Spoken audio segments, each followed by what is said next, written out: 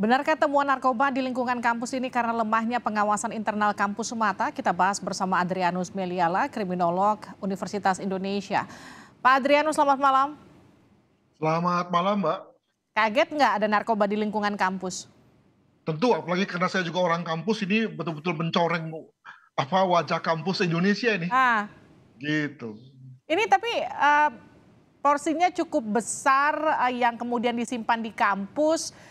Ini memang ditaruh menurut Anda di tempat yang tidak katakanlah tidak terfikirkan, terdeteksi oleh pihak kepolisian atau apapun itu, atau seperti apa?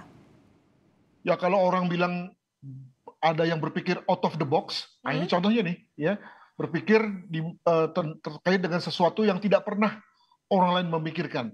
Jadi bayangkan pelakunya otaknya ada dalam lapas, tapi kemudian sabunya disimpan di kampus. Tentu itu tidak pernah dipikirkan orang, ya. Tetapi justru karena tidak pernah dipikirkan, maka lalu kemudian menjadi seperti aman, ya. Kalau dilihat dari tempatnya kan itu adalah tempat kumpul mahasiswa tuh, ya tempat organisasi mahasiswa. Misalnya kalau dia mau merancang kegiatan atau mau pergi tur atau apa, nah lihatnya di situ. Nah, siapa yang kemudian lalu berpikir bahwa di situ akan ada penyimpanan narkoba. Jadi justru karena berpikir out of the box itulah maka kemudian lalu si pelaku, si pemilik bisa dengan sejahtera gitu ya menyimpan barangnya. Sehingga kalau dikatakan bahwa sejak 2019 ada benarnya gitu ya. Karena tadi tidak akan ada orang yang lalu pernah mengira bahwa di situ ada penyimpanan narkoba. Begitu. Iya, ini terkait dugaannya terkait jaringan lapas. Jadi analisa Anda? Sebab begini Mbak, kalau memang benar bahwa itu adalah jaringan lapas, tentu tidak mungkin terlalu bersiko, terlalu berbahaya kalau narkobanya disimpan di lapas juga, atau disimpan di keluarga, disimpan di sesama jaringannya. Karena tadi itu sudah kotor semua tuh, artinya sudah berada dalam genggaman kepolisian untuk misalnya tiba-tiba masuk ke dalam lapas, ke dalam sel-sel mereka, atau menginteli keluarga mereka, atau masuk ke jaringan ke pola komunikasi dari jaringan mereka, maka amat berbahaya kalau kemudian narkoba itu yang sedianya akan dijual itu kemudian lalu disimpan dalam cara-cara yang biasa. Maka perlu dipakai dengan cara-cara yang tidak biasa namun murah meriah. Nah, maka lalu kemudian dipikirkanlah cara menyimpan di kampus begitu.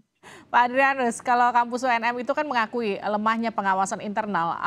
Anda melihatnya ini penyebab narkoba masuk kampus, kalau narkoba digunakan mahasiswa, ya mungkin bukan hal baru gitu ya. Tapi ketika kemudian ini jumlahnya besar, bentuknya berangkas, ditaruh di area kemudian bangunan kampus, itu kan agak hampir mustahil ya kalau sama sekali tidak ada yang mengetahui. Kalau tadi dikatakan bahwa di antara 6 orang yang sudah ditangkap itu adalah mantan mahasiswa begitu ya, maka mungkin mereka lah yang punya akses dan kemudian lalu menguasai dalam tanda kutip akses tersebut gitu ya, sehingga kemudian mereka tahu di situ ada tempat aman, lalu menyembunyikannya dan mengaburkan sedemikian rupa sehingga kan begini Mbak, masalahnya kan para aktivis mahasiswa itu kan juga berganti-ganti tiap tahun ya, come and go gitu, sehingga tidak ada kemungkinan besar tidak ada satupun orang yang amat mengetahui ya, amat punya akses pada tempat itu, apalagi kalau kita bicara mengenai kasus COVID kemarin di mana sekitar 2 tahun, tadi betul Pak Wareknya mengatakan bahwa selama 2 tahun memang kampus sepi, ya hasil tidak ada orang yang betul-betul bisa menguasai tempat itu, tidak ada orang yang betul-betul mengetahui lika-liku tempat tersebut kecuali mereka yang memang sudah dari awalnya memang menjadi jagoan di sana.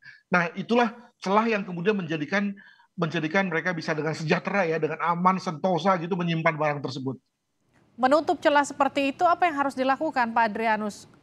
Kalau kita bicara soal kampus khususnya kampus-kampus negeri di Indonesia itu kan didesain memang lingkungannya besar, gedungnya berjauh-jauhan, banyak ruang terbukanya, potensi-potensi serupa mungkin saja ada.